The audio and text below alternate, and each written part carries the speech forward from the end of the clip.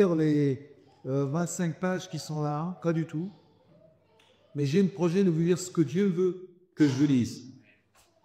Et je sais que lorsque je vais dire ce que Dieu veut que je lise, Dieu va faire quelque chose au milieu de nous, avec vous. Je vais le répéter pour ceux qui n'écoutent pas, c'est normal. C'est toujours avec 4 rats quand on sera 300 au vrai. Je vais répéter. Dieu a un projet pour nous pour les 2 années qui viennent. Il y en a qui ont déjà entendu ça, mais vous allez entendre à nouveau parce que, et il y en a qui ne l'ont pas entendu, et je proclamais pendant ce séminaire d'été qui rassemble la famille de... Bien sûr, il y en a beaucoup d'autres qui n'ont pas pu venir, mais on les embarque avec nous. Parce que quand vous allez revenir là où vous êtes, vous allez être des témoins de ce que Dieu vous aura dit, et vous allez diffuser cette bonne nouvelle, cette parole de Dieu, là où vous vivez, et c'est le projet de Dieu. Et à 2 ans, d'ici, par exemple, Dieu nous a dit que vous allez faire des ONC, écoles de ministère de... Et il nous a dit au bout de 2 ans, soit il n'y aura rien, auquel cas on fera autre chose, soit il y aura une équipe, et avec cette équipe, vous allez bâtir dans l'avenir mon nouveau projet. Pour la plupart ici, vous êtes l'équipe, et vous faites partie de l'équipe des 500-600 par apostolique, centre apostolique Théophile en France. Donc, on s'attend à ce que Dieu nous parle, il vous a déjà parlé, pour les 2 années à venir. Et ce que je vais me lire, ça vous concerne pour les 2 années. C'est le projet de Dieu pour les 2 années qui viennent. Et puisque vous avez tenu bon pendant les 2 années qui viennent de s'écouler, eh bien, vous allez être ceux qui vont bâtir Théophile, donc l'église de Jésus-Christ, dans les 2 années. On n'est pas en train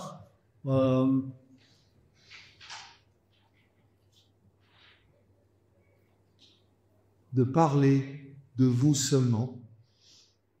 On a enfin de parler justement, comme on l'a vu tout à l'heure, de la grande histoire de Dieu. La grande histoire des hommes, elle se bâtit avec des gens comme vous qui vont dire oui à Dieu, oui à ce que Dieu va nous dire. Et Luc a pris soin ce matin de nous dire attention, tout ce que vous allez recevoir comme enseignement, c'est sérieux. Ça vient de moi, dit Seigneur. Et j'ai un projet pour chacun d'entre vous. Et je vous ai dit, plus vous vous sentez inutile, faire à hauteur, et je vous connais tous personnellement, pratiquement tous. Je sais que pratiquant tous, vous avez ce discours à derrière. Gardez-le. Gardez cette bonne mentalité.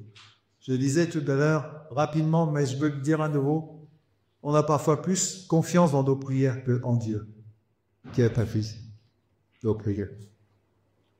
Ça veut dire qu'on a confiance en nous, dans ce qu'on dit dans notre piété. Que le Seigneur doit orienter notre foi, notre confiance, notre assurance, notre certitude en lui. Et ce n'est pas une parole en l'air, c'est une parole de correction, de remise dans la bonne direction. Au commencement était la parole était avec Dieu, la parole était Dieu.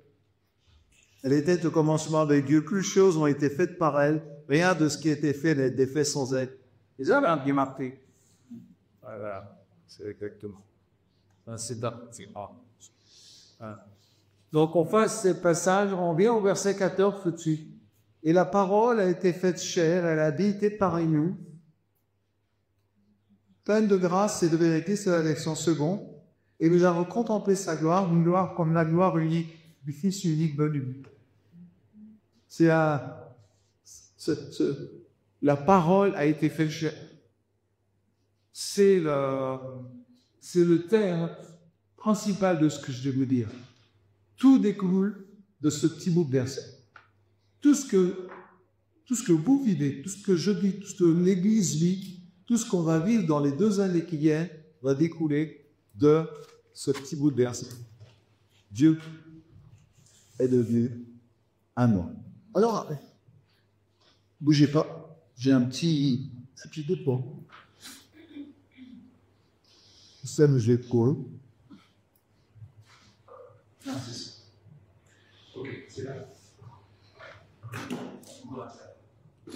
Oui. La parole, le logos, c'est ce que Jean utilise.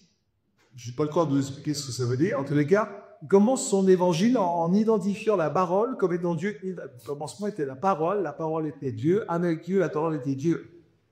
La parole, il va le dire, c'est le Fils, c'est Jésus. Elle était avec Dieu, on l'a vu tout à l'heure, donc il n'est pas tout seul, il y a une communauté déjà, il parlera de l'Esprit qui vient s'ajouter à la plénitude de la divinité. Donc au commencement était la parole, et ce Dieu, alors je vais le noter comme ça, il est Dieu préexistant, éternel, créateur de toutes choses. Il est avec Dieu, c'est la deuxième personne de la Trinité, et bien cette parole, c'est péché. Ce Dieu tout-puissant, reste omniscient, c'est lui, il connaît tout. Il est partout. Ce Dieu-là a décidé de venir habiter dans un homme, dans la personne de Jésus-Christ. Alors, c'est vraiment un mystère profond. Et j'avais une chaussette. Oui, je vous expliquer un petit peu. Je suis mon plan, c'est le problème d'un vieux qui se naît à l'ordinateur. Tu sais comment on met la main dans une chaussette? J'aime ça. Vous imaginez, j'ai oublié ma chaussette. Je voulais vous le montrer, mais vous pouvez l'imaginer, la main dans une chaussette. On dit une main de fer dans un membrure ou l'inverse, je ne sais plus. Enfin bref, c'est l'idée. Donc, Dieu est venu dans un cordon. Vous voyez l'image? Comme dans une chaussette. C'est pas ça que tu fais. Et tu sais.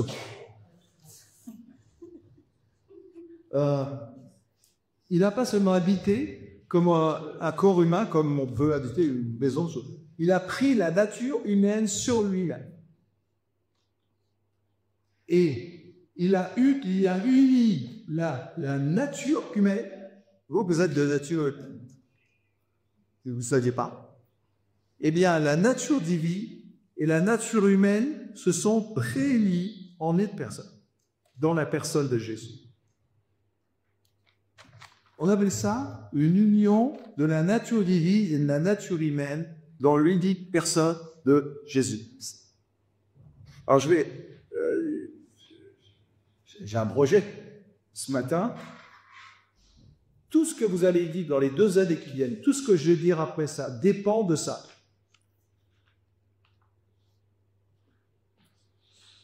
Pas de ce que vous en comprenez, ça dépend de ça. C'est une union de 2 natures distinctes. Ce n'est pas un mélange, pas une confusion. Dieu n'a pas inventé un autre truc. Là, alors justement, on va voir un petit peu. Les 2 natures ne se sont pas mélangées pour former une 3e nature. Il n'y en a pas une qui a absorbé l'autre. La nature divine de Jésus est restée pleinement divine et la nature humaine de Jésus est restée pleinement humaine. Non séparés, non divisés, bien que distincts.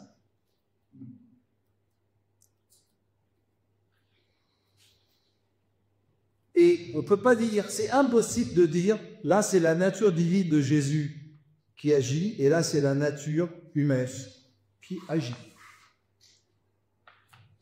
Une seule et même nature. L'unique personne de Jésus, le Fils. Pas 2 personnes, une divine, une humaine qui seront associées ensemble. C'est la 2e personne de la Trinité, le Fils éternel, qui a pris sur lui la nature humaine, vers ses péchés. Qu'est-ce qu'on a vu?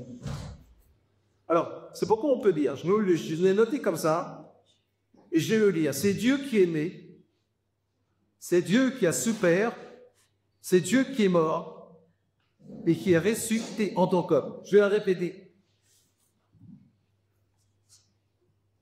Je vais vous le dire. J'ai parlé de ça la dernière fois un peu à Lyon. Moi. Je me parle de ça tout là, et je reparlerai ça dans tous les endroits où je vais aller. Tout procède de l'incarnation. C'est l'incarnation. Dieu, c'était homme. Dieu, c'était elle. Ma parole, c'est péché.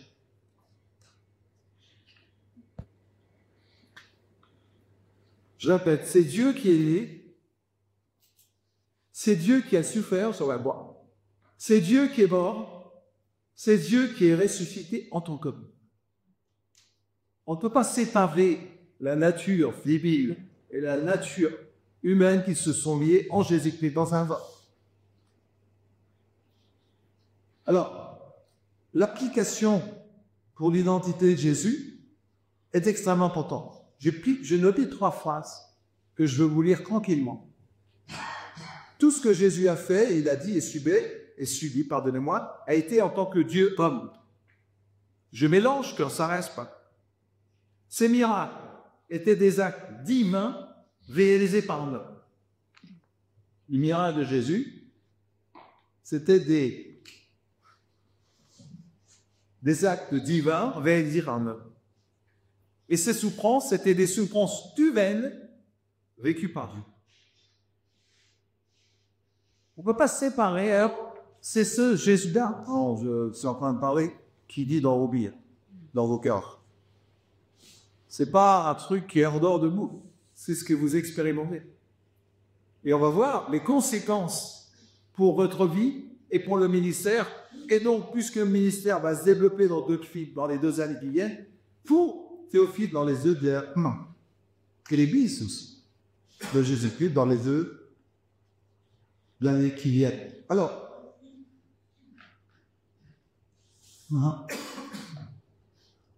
c'est ce que j'essaie de vous dire. En fait, c'est pas que Dieu s'est incarné dans un homme, en Jésus-Christ, le temps d'un moment.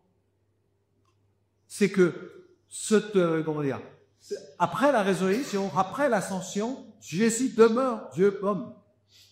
Il n'a pas abandonné sa nature humaine par la résurrection. C'est le même Jésus, avec son corps ressuscité et glorifié, qui est assis à la droite du Père et qui reviendra.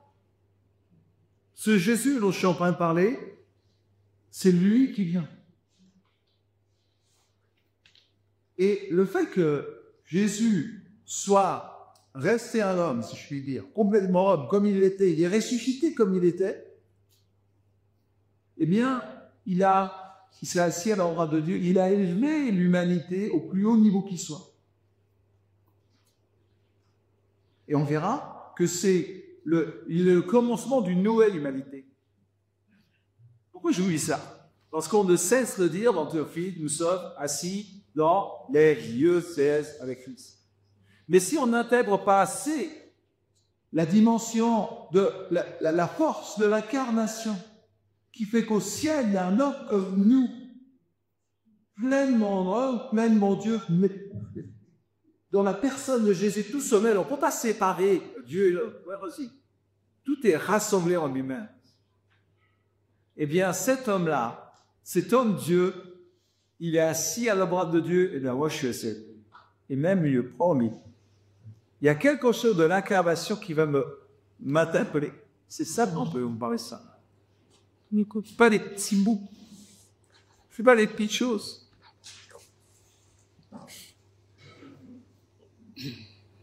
Quelque chose d'amusant. Le fait que Jésus soit devenu homme, je t'avais non. Oui. Mais vous m'avez entendu au fond. Oui. Ouais, c'est en avance. Okay. Le fait que Jésus ou que Dieu soit devenu un homme, c'est le fondement de notre espérance et de notre salut. Si Jésus, ou plutôt si Dieu ne s'est pas incarné dans le corps, même dans la personne de Jésus, union la nature divine, la nature humaine dans un seul. Vous savez, c'est la première fois que c'est arrivé, ça n'arrivera plus jamais. Il n'y a aucune religion qui promeut une chose pareille. Alors d'abord, c'est utile pour nous représenter. Pour que notre salut soit efficace, il fallait que notre Sauveur soit véritablement l'un d'entre nous. Consommer les autres collectivement. Sinon, il se trouve bien ça. Deuxièmement, pour accomplir le justice dit, ce Dieu lui-même pouvait payer le prix infini du péché pour satisfaire aux exigences de sa propre loi. Dieu avait dit, voilà, pour sauver, il faut faire ça, pour vivre comme ça, etc. Un niveau de sainteté tel qu'aucun ordre ne pouvait atteindre ça. Et Dieu s'est dit, puisqu'aucun homme ne peut et ne pourra jamais obtenir ça, c'est-à-dire l'humanité perdue. Et Dieu il a un projet. Il s'est dit, puisque c'est pas possible, moi j'ai le mouvement. Et en devenant un homme, je vais pouvoir sauver les hommes. Je vais accomplir moi-même, dans un corps d'homme, ce que j'exige de l'homme pour être sauvé. Et Jésus, lui, Dieu va s'incarner justement avec ce projet-là, quoi. Réaliser le projet de Dieu. Ensuite, en devenant un homme, Dieu a créé un pont, un lien parfait entre Dieu et les âmes, entre la divinité et l'humanité. Et il nous a réconciliés, justement, il nous a ramenés ensemble. Il fait tout ça, tout. Comment dire?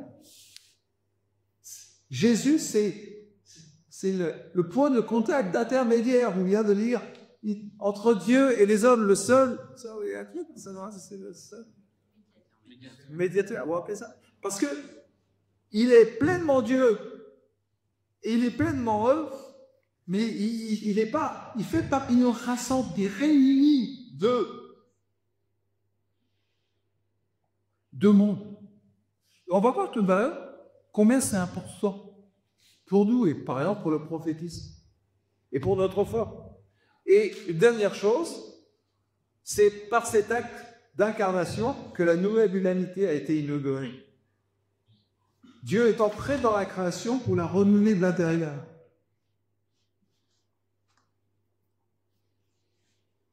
Et il a fait il a créé une nouvelle humanité, un humain Adam, qui est le modèle de la vie, glorifié. Et je vais vous parler de deux conséquences importantes. En fait, avant l'incarnation, il y avait la création. Le monde, les hommes, etc., les chevaux, les arbres, ce que vous voulez. Et le Dieu créateur et sa création étaient distincts. Et ceux qui pensent que Dieu est dans les arbres, j'ai pris cet exemple, c'est dans le cas de la Bible, pas vrai. Il habite, ça s'appelle l'immanence, c'est-à-dire que Dieu est tout-puissant, mais il est séparé de sa création. Il ne fait pas partie de la création. Et de temps en temps, il intervient dans la création. Par exemple, dans le prophétisme, dans l'Ancien Testament, j'insiste, dans l'Ancien Testament, Dieu pénétrait par les prophètes sa création. C'est un ordre qui n'était pas sien, il pénétrait cet ordre-là, nouveau, par le prophétisme. Mais il restait distant. Quand les prophètes parlaient, il y avait Dieu qui parlait. Mais les prophètes, c'est pas Dieu. Et Dieu doit se retirer un peu d'eux. On voit ça parfois. David dira, ne le retire pas pour Saint-Esprit. Donc on avait conscience d'être one esprit, mais pour quelque chose de précis qui allait s'arrêter. Parce que les prophètes, on a déjà les ça dans la prophétie. Au fond, les prophètes étaient prisonniers de force. Ils étaient vus par Dieu comme des hommes parmi des hommes, et vus par les hommes comme des hommes avec eux. C'est un comme ça, et c'était un des problèmes que l'incarnation va régler. Parce que dans l'incarnation, le Créateur lui-même est entré dans sa création, en prenant une part de celle-ci, et en l'unissant éternellement à sa propre réalité et nature. Et c'est plus seulement, alors on a un peu l'intérêt, c'est plus seulement Dieu dans la personne du Fils qui devient lui-même un homme. Il n'est plus avec nous. Il est là de nous. C'est pourquoi Paul dira, vous pouvez tous prophétiser. Parce qu'il ne s'agit pas seulement de recevoir une onction pour guérir les malades, qui sont là après. De recevoir une onction pour prophétiser, et ça s'en va après. De recevoir une force pour délivrer ceux qui sont habités, et ça s'en va après. C'est Dieu, l'un de nous. C'est-à-dire, ce Dieu-là, c'est l'un de nous. Il est avec vous pour définir votre identité. Vous êtes une nouvelle créature. Et les choses anciennes sont passées. C'est pourquoi vous n'avez pas un don spécial. C'est pourquoi on insiste sur la personne de Jésus à Théophile. Au lieu d'insister sur les dons de guérison, on insiste sur la personne de Dieu qui vit en vous. Et les dons viennent accompagner qui vous êtes en Jésus-Christ. On n'insiste plus comme on l'a fait sur la guérison à cause de l'incarnation. Ce qui compte, c'est Jésus-Christ. Alors, j'en ai un peu parlé. On en parlera avec Jean-Baptiste Aubéret, avec le petit coup de lame. Ouais, non, je ne voulais pas toucher à demain. Je vous parlais d'un petit coup de lame, vous verrez. Et là, au fond, l'incarnation, c'est la nouvelle création d'humanité. Je vous ai dit, par l'incarnation, Dieu est entré dans sa création. Il a épousé notre humanité de manière indissoluble. On ne peut plus séparer Dieu de l'humain. En Jésus-Christ, nous ne pouvons plus séparer Dieu de l'humain. Maintenant, Dieu a décidé de devenir un homme et d'unir la nature divine et la nature humaine dans un seul homme, Jésus-Christ. Dieu devient une partie de sa création. Il n'est plus Dieu agissant sur la création, mais Dieu, le Fils, qui entre en elle. Alors, quand il prend la nature divine, il prend la nature divine humaine sans péché. Grande nuance. Le nouvel Adam, c'est le chef d'une nouvelle race humaine. Adam a été créé et a entraîné tous les hommes dans le péché. Jésus, c'est le chef d'une nouvelle race d'hommes, une nouvelle dignité, c'est vous. C'est de nous dont il est question. Alors, 2 points très importants, on passera sur l'incise. La prolongation ou l'accomplissement de l'incarnation dans les ministères. C'est mon dernier point. En fait, que Jésus soit incarné, moi j'ai du mal à tout prendre, mais c'est comme ça. Ce Jésus qui s'est incarné dans un homme unissant la nature divine, la nature humaine dans un corps, Jésus-Christ, a des répercussions sur les ministères. Tout à l'heure, je vais vous parler des ministères. Les ministères, vus et compris en dehors de l'incarnation, amènent tout à nous-mêmes. Je suis prophète, je suis pasteur, je suis apôtre. Et on va nommer des apôtres et des prophètes, on les reconnaît, etc. Bon. À partir du moment où on parle de l'incarnation, on va avoir une compréhension. C'est plus seulement Dieu qui donne Bérénice comme prophétesse, Dieu qui donne Cléo comme apôtre, Dieu qui donne, etc., comme, que j'en ai oublié, hein, pasteur, oui, évangéliste, et puis enseignant. C'est Christ qui se donne lui-même en vous. L'incarnation qu'il a vécue, que Dieu a vécue en Jésus-Christ, vient se prolonger dans vos vies. C'est pas que Dieu vous devenez des vieux, et c'est pas non plus une incarnation qui recommence. Ça a été fait une fois pour tous, ça ne se reproduira pas. Mais ce qui compte, c'est lui qui se donne. Comme Jean le dira, mais on l'a touché. Je l'ai vu, on l'a touché, j'ai parlé avec lui, j'ai parlé avec Dieu. Parce que Dieu est venu habiter dans un corps d'homme pour rendre et pour donner à l'humanité une nouvelle direction, un nouveau salut. C'est ce Dieu-là qui s'est incarné, qui vit en vous. C'est ce Dieu-là qui se donne en vous-même.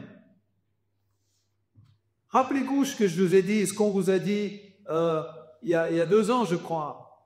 Il y a 2 ans, c'était « Regardez-moi, vous avez vu Dieu ». C'est de ça dont je vous parle. Et l'an dernier, le thème du camp, c'était quoi? C'était « Ça passera par nous ». L'onction qui vient sur lui, parce que Jésus vit en moi, passe par nous. Et cette année, c'est le ministère. C'est lui qui progressement. Et le ministère, c'est sûrement pas vous mettre une étiquette. Et vous repartiez ici en disant, je suis prophète, je suis apôtre, etc. C'est ça aussi, si vous voulez, si vous avez besoin de ça. Et c'est beaucoup plus que ça. Vous repartiez en sachant, vivant, comprenant que l'incarné vit en vous. Et que cet incarné vit en vous comme, je vous le dis depuis le début, c'est Christ qui se donne lui-même. Et ce Christ qui se donne, qui vit dans le ciel, c'est Jésus, c'est-à-dire c'est Dieu homme. C'est pas une force qui vient en vous, c'est pas une capacité que Dieu vous donne, c'est lui. C'est lui qui veut vivre dans son peuple, parce que vous êtes, et je suis, une nouvelle humanité. Je fais partie de cette nouvelle humanité. Et même si nous n'en touchions pas toutes les conséquences, je me conduirai personnellement et avec toute l'équipe dans la pleine compréhension et la vie de ce que je suis en train de dire. Vous vivrez le Christ ressuscité, incarné, glorifié, qui est assis dans le ciel. Et parce qu'il est assis dans le ciel, il a élevé l'homme au plus haut niveau qui soit. Ce Jésus qui est descendu sur la terre est monté au ciel et a élevé l'humanité, l'homme au plus haut niveau qui soit, en dignité, en force, en souveraineté, en sagesse et en gloire. C'est à partir de cette incarnation que vous allez commencer à comprendre pourquoi on va venir l'être. Est-ce que tu n'es pas apôtre? Est-ce que tu n'es pas prophète? Et ça va libérer, non pas vous libérer dans une espèce d'identité nouvelle, mais ça va libérer le Christ en vous. Quand vous allez comprendre que le Christ vit en vous comme apôtre, quand vous allez comprendre que ce Christ-là, et vous êtes lui, vous êtes assis avec lui dans les vies célestes, il vous donne comme partie commune, vis ma vie, ou laisse-moi vivre ma vie en toi. Parce que c'est possible, à cause de l'incarnation, c'est possible que Dieu vive en vous, à cause de l'incarnation. L'incarnation va produire une vie dans le corps de Christ, et lui, à partir de l'incarnation, je sais pas combien de fois j'ai prononcé le mot, parce que je veux que Jésus soit au centre de vos vies. Pas vous, pas moi, pas Théophile, pas Chétarois, Jésus-Christ. Christ en vous. L'espérance de la gloire. Je vous ai dit, c'est lui qui se donne dans les ministères. En fait, vous êtes les gens, les autres, ce que les autres vont voir, qui vont prolonger l'action de Christ. C'est un vieux truc, ça. Mais c'est d'actualité, si je puis dire. Ce qui est intéressant, non, pardonnez-moi.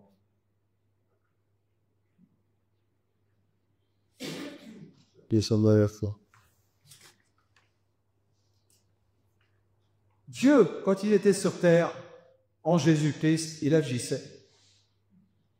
Il vit en moi, il veut agir. Je ne sais pas. C'est aussi simple. On verra avec Jean-Baptiste. Vous savez, la dernière chose que je veux vous dire de Jean-Baptiste, c'est qu'il va se faire couper la tête. C'est la fin. Bon, c'est la fin de Jean-Baptiste. On va voir. Mais qui est prêt à renoncer à lui-même? Qui est prêt à renoncer à lui-même pour que Jésus puisse vivre en vous sa vie de résurrection, pleinement homme, pleinement Dieu. Je vous ai parlé tout à l'heure de la guérison. On a les chambres de guérison. Bon, il y en a 5-6 qui se sont préparés. L'église de Corse, c'est vrai.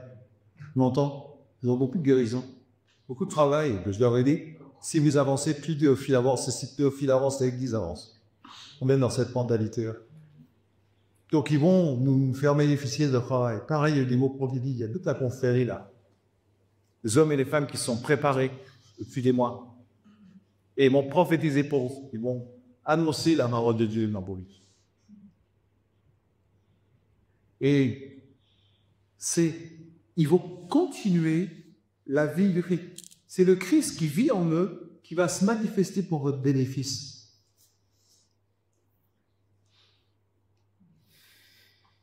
C'est pas... Les ministères, c'est pas un décompte de Jésus. Jamais. Au contraire. Bon, les gens qui me disent, je suis comme ça. Souvent, on m'appelle, on dit, Philippe, voilà, Dieu m'appelle à un ministère de prophète. Je mesure l'écart qu'il y a entre la pensée de Dieu et la pensée de ceux qui m'appellent. Et mon but, c'est de vous amener et de les amener à la compréhension que c'est plus haut qu'il est, que c'est Christ qui vit en moi. Ce Christ ressuscité, glorifié, il vit en moi. Et il me donne comme la démonstration de lui, de ce qu'il est. Alors, on a parlé évidemment du corps. Dieu continuait à vivre au travers de son corps, l'Église. C'est intéressant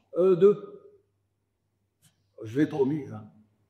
C'est intéressant de voir que Jésus l'a servi. Il a servi le monde, il a servi son Père, il a servi tous ceux qu'il a pu. Et c'est votre destinée. Vous ne pouvez pas repartir d'ici en vous disant à quoi je sers. Sers les autres. À quoi tu sers? Regarde à côté de toi. Tu vas bien trouver quelqu'un qui peut servir, aider, accompagner, par. Je vais vous aider à comprendre là où le Christ nous emmène. Et d'ailleurs, on n'aura pas le temps, mais là, on va trop plus tard. Mais ce qui est intéressant, c'est que l'apôtre Paul, dans Éphésiens 4, quand il parle des ministères, il explique les ministères, d'abord, Christ donne chacun, donne, on est tous donnés, mais certains plus que l'autre, il y a un métron, il y a, bon, tout ça. Il y en a qui ne savent pas de quoi je parle, mais je pourrais vous l'expliquer. Mais ce qui est intéressant, c'est qu'il continue, parce que c'est lui qui a oublié chapitre 4, chapitre 5. Et il continue dans sa lettre, et il finit par dire, parce qu'il parle du ministère de la parole, c'est Pierre qui parle de ça. Pierre, il dit pas, on date, nous délaissions le ministère de la parole pour le ministère d'État. Et en fait, Paul, il reprend ça, il dit, quand le Christ qui vit en vous, ressuscité, vit en vous, il vous élève à son niveau pour que vous puissiez recevoir le plénitude de salut, que c'est pas incarnation, ce que vous vivez dans le ciel, vous vivez sur la terre, parce que le ciel et la terre sont réunis, vous savez ça. Et Paul, il dit, puisque chacun est appelé à être apôtre, prophète, etc., il parle du ministère de la parole. Et Paul dira, alors à cause de ça, puisque vous êtes tous de l'école, puisque vous portez le Christ, puisque le Christ veut vous donner de vie comme apôtre, comme prophète, etc., tout au long de votre vie, il dit qu'il ne sorte de notre bouche aucune parole inutile, mais plutôt une parole qui édifie. Et le mot qui est utilisé pour édifier, c'est le même mot qu'il utilise pour défier les ministères. Ils sont là pour édifier les saints. Ça veut dire quoi? Ça veut dire que l'Église qui vient va être composée de gens qui vont fermer leur bouche, et on le verra, particulièrement Isaac Tari, qui va être muet. Parce qu'il vaut mieux se taire que de parler et dire la haute voix. À tel point que le Seigneur va nous dire, voilà, chaque fois vous ouvrez la couche pour dire quelque chose, que ce soit une parole, on verra vos paroles géantes, comment c'est traduit, mais une parole qui construise, qui fait du bien, qui aide l'autre. Et tout d'un coup, Paul a la vision d'un corps qui parle comme sa tête, pour sa tête. À tel point que l'idée de Dieu pour les 2 années qui viennent, c'est qu'en 2 ans, on se retourne ici, vous voyez, ça sera peut-être pas assez longtemps de l'écart, on se retourne, et qu'on se dise que, mais j'ai appris à me taire. J'ai appris à me taire. J'ai appris à utiliser, si je veux dire, ma bouche comme un outil de grâce, un outil de gloire, un outil de bénédiction. Alors oui, on pourra dire au nom de Jésus sort. Et comme tu n'auras pas utilisé ta bouche à dire des âneries, ta parole aura puissance. Tu diras cancer, sort, et il sortira.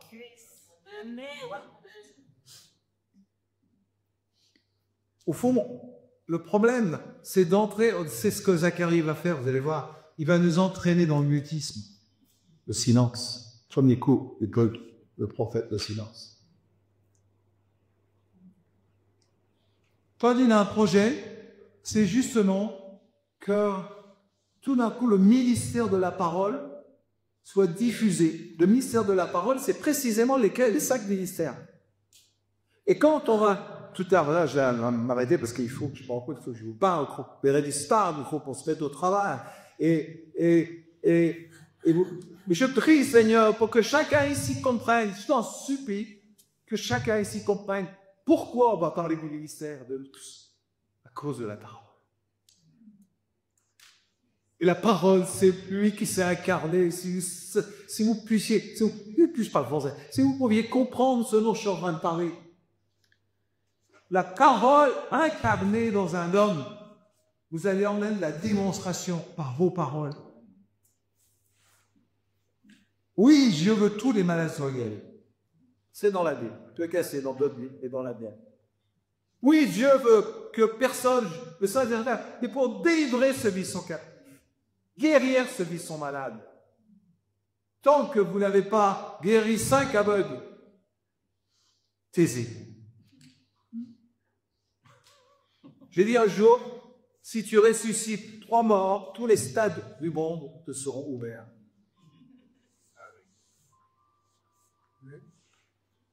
Le projet de Dieu pour les 2 années qui viennent, c'est ça.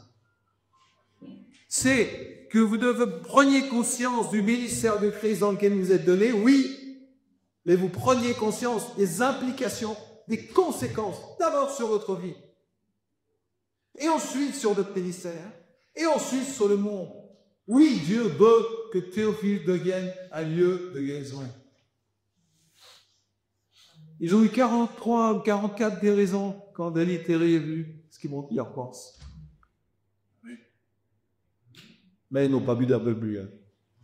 Pourquoi je parle d'aveugle? Parce que dans l'Ancien Testament, il y a tous les miracles que vous voulez, sauf la guérison des aveugles. Ça n'existe pas dans l'Ancien Testament. Parce que la guérison des aveugles était réservée au Messie. Et quand Jésus guérit un aveugle, tout le monde sait ce qu'il est en train de dire. Tout le monde sait. C'était réservé au Messie. Alors ils disent, alors c'est le roi de Dieu. Le roi, L-O-I-T. Tout le monde reconnaît. C'est pourquoi je vous parle de guérir les aveugles. Parce que c'est la démonstration du Christ ressuscité dans un corps d'homme. Dieu dans un homme. C'est arrivé une fois. Ça n'arrivera plus jamais. Et ça ne se reproduira pas. Quand Dieu vient dans votre vie, c'est pas pour s'incarner. C'est pour vous pour vous élever à une dignité, la plus extrême, assis dans les lieux célestes. Et vous devez être des hommes et des femmes de la parole. Le logos s'est fait chair. Et vous êtes la démonstration, le projet de Dieu. C'est le logos qui se fait chair. Alors, bon, j'ai un peu parlé de tout ça. Potira, c'est à cause de ça, je fléchis et je prends le pain.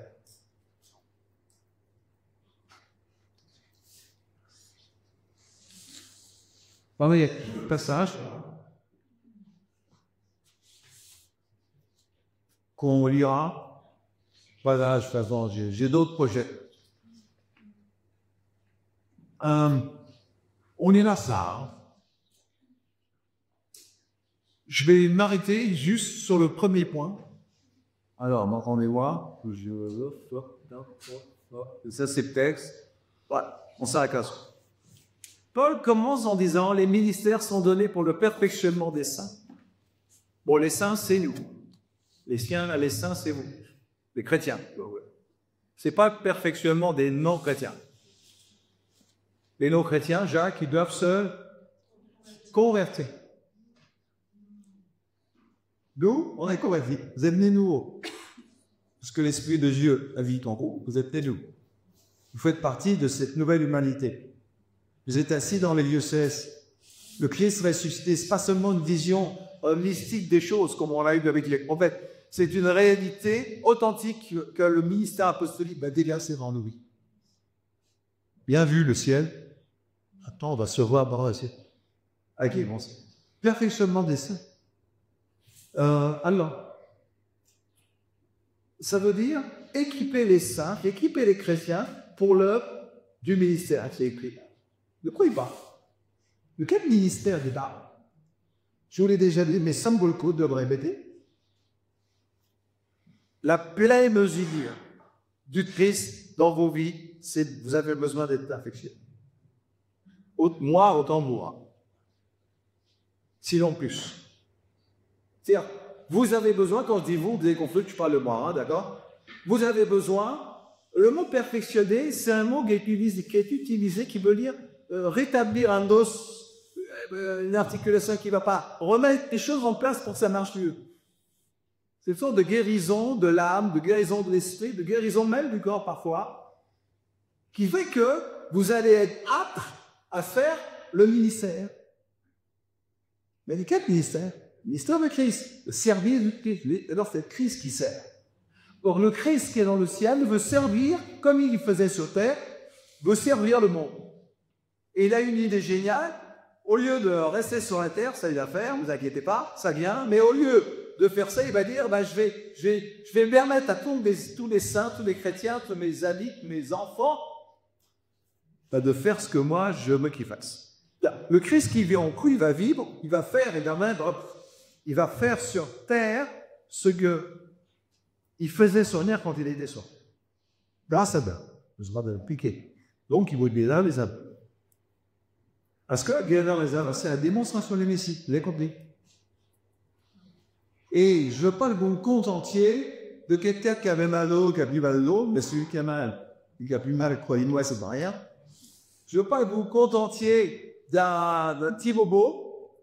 Je me mets pas, parce que je vous dis, moi, je souffre de bobo. Et non, je suis celui qui est guéri de bon. Mais plus pour la démonstration du Messie. Vous avez compris, l'incarnation. Alors, ce perfectionnement, il se passe à 2 niveaux. Je finis là-dessus.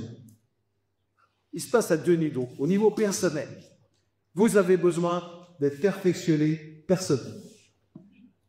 Il y a des choses qui sont tendues dans le monde, des façons de penser, des souvenirs qui restent, des images que vous avez, des habitudes que vous avez.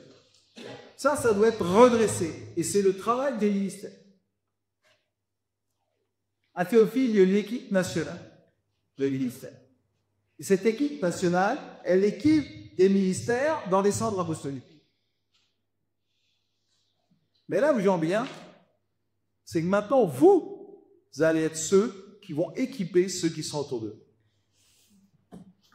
Oui, il y a l'équipe nationale, oui, il y a l'équipe régionale, des équipes régionales, oui, c'est vous maintenant qui allez faire le travail le labeur.